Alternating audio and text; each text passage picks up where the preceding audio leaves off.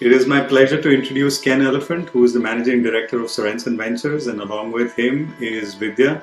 Vidya is a principal on Sorenson Ventures team, and she was the person who found us out and ended up completing the deal for us in 2019 May. So Ken, welcome. Vidya, welcome. And thank you so much for doing this. Here we are announcing our Series B today, and I'm really pleased and excited to have you here for this interview. Thank you, Rohit. Thanks, Rohit. Vidya, the first question that I have for you, for many of our customers, prospective employees and current employees, is that, what do you define as observability, and how does it relate to something like monitoring 3.0? What would you define this industry going into, and what is your view on the future? So observability, as we used to know it, used to be basically relegated to the likes of the APMs that most of us have become familiar with, right? So Datadog, AppDynamics before that, and a whole bunch of other players. But one of the things that we saw coming into this conversation is that data platforms have been proliferating. There are at least like 50 and more open source data platforms that are mainstream today.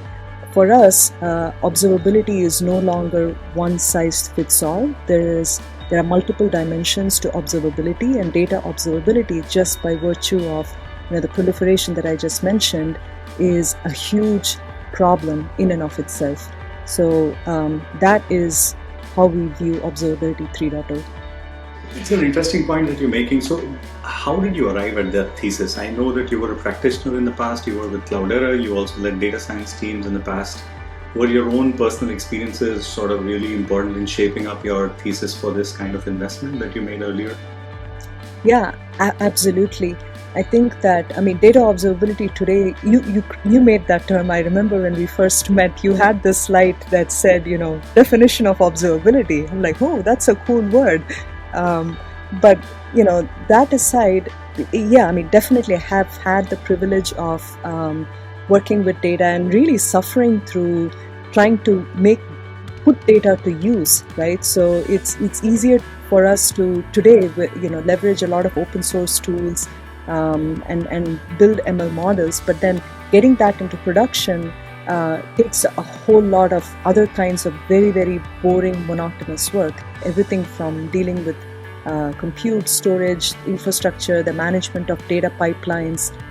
Basically, more than 95% of the work that it takes to do anything with data involves just building these data pipelines and then managing them and making sure that it's all operational.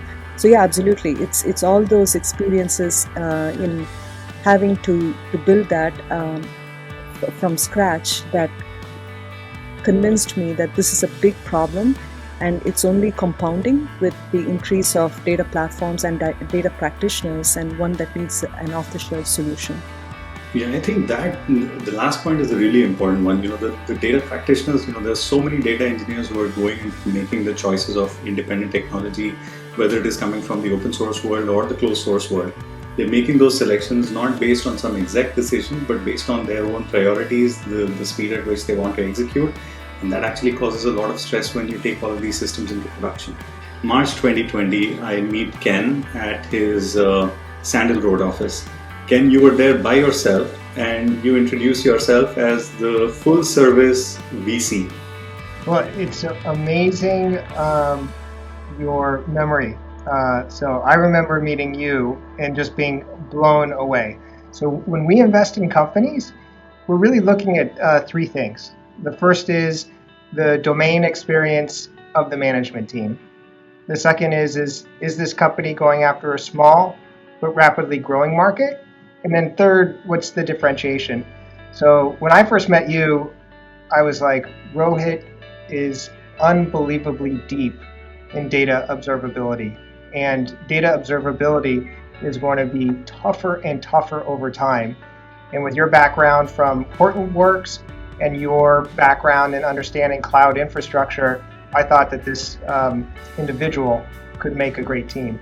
And then, the question was, does this team know how to service customers? And when we, did due diligence calls on Acceldata, the customers loved the approach that Acceldata had, which was to make them successful. And so the due diligence came back amazingly well. And then, in terms of the second area of criteria of companies, this is a small but rapidly growing market.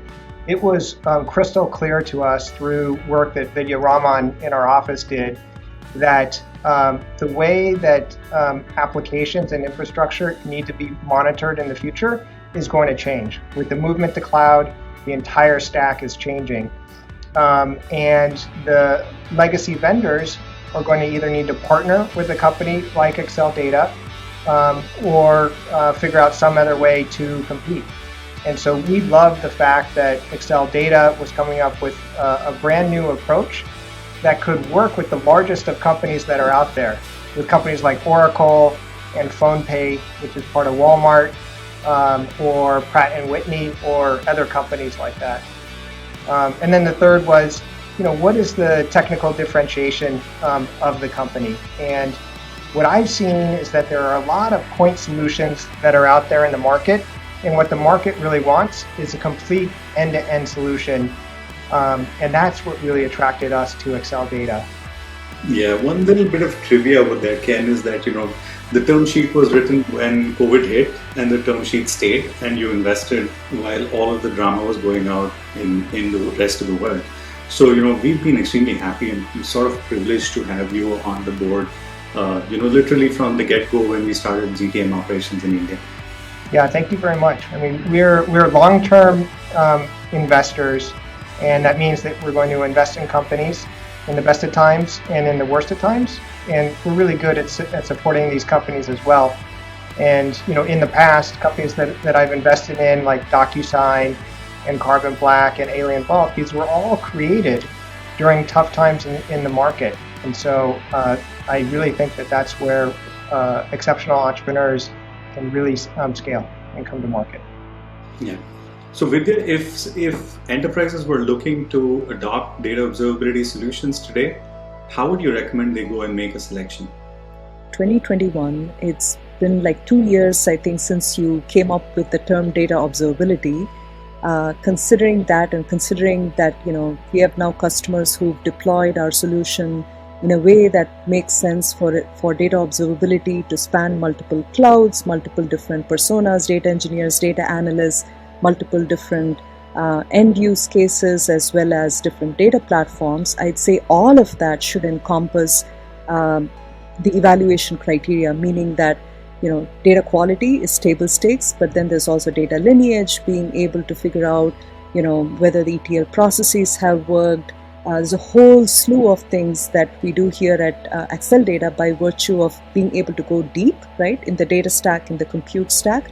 So all of those multi-dimensional aspects of data observability will have to be taken into consideration when data practitioners are evaluating data observability tool. At least that's my view. So thank you so much, Ken and Vidya, for joining us today on this Series B announcement. Pleasure to have you today, and also pleasure to have you on the board. Thank you so much for your support for the last few years. Thank you, Rohit. Thank you. Thanks.